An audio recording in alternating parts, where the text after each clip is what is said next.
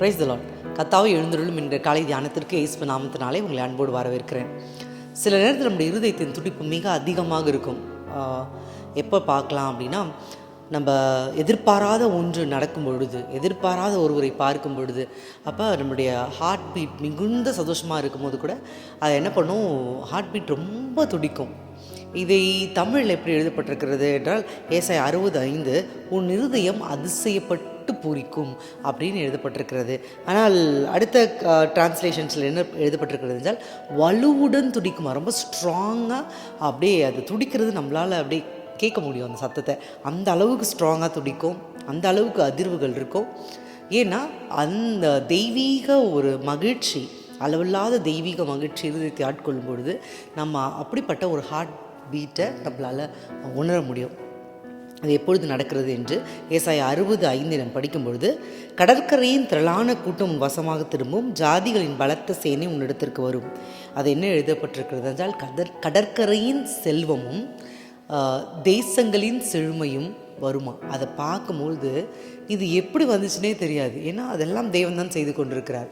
அதை பார்த்து விட்டு இதெல்லாம் அதிசயமாயிற்று, என் வாழ்க்கையில் இது எப்படி நடக்கிறது, என் தேவன் இல்லை என்றால் இதெல்லாம் நடக்காது என்று சொல்லி உங்கள் இருதயம் துடித்து கொண்டிருக்கும் என்று ஏசாயா 60:5 சொல்லுகிறது. இதில் யாருக்கு துடிக்கிறது, இப்படியெல்லாம் யார் பார்க்கிறார்கள் என்று பார்ப்போமானால், அதே அதிகாரத்தின் முதல் வசனம் சொல்லுகிறது, கர்த்தருடைய மகிமை உன்மேல் உதிக்கும். எழும்பி பிரகாசி உன் ஒளி வந்தது, கர்த்தருடைய மகிமை உன்மேல் உதித்தது. என்றால் கர்த்தருடைய மகிமை உதிப்பதற்கு முன்பாக அது ஒரு இருட்டு தான் இருந்திருக்கும். கர்த்தருடைய முகத்தில் இருக்கிற மகிமை அவர் திரும்பி உங்களை பார்க்கும் பொழுது சரியான நேரத்தில் வெளிச்சம் உதிக்கும். அப்பொழுது நீங்கள் எழும்பி பிரகாசிப்பீர்கள். நீங்கள் எதிர்பாராத காரியங்கள் உங்கள் வாழ்க்கையில் நடைபெறும் பொழுது உங்கள் ஹார்ட் பீட்டோட சத்தத்தை நீங்கள் கேட்பீங்க. கர்த்தர் அப்படிப்பட்ட காரியங்களை செய்ய போகிறார். அப்படியே கண்களை மூடி நாம் ஜெபிக்க போகிறோம். மகாகணத்திற்குரியவரே, உம்மை நாங்கள் தொழுகிறோம், உம்மை நாங்கள் போற்றுகிறோம், உம்மை நாங்கள் வாழ்த்துகிறோம் ஐயா. இயேசுவே, உம்முடைய காருண்யத்திற்காக, கிருபைக்காக நன்றி. ஏசாயா 60:5 சொல்லப்பட்டபடி அதிசயப்பட்டு பூரிக்கப் போகிறதற்காக நன்றி அப்பா. ஒவ்வொருவரும் தேவனே உம்முடைய சரியான நேரத்தில் எழும்பி பிரகாசிப்பதற்காக, உம்முடைய ஒளி ஒவ்வொருத்தர் மீது வீசப்போகிறதற்காக நன்றி.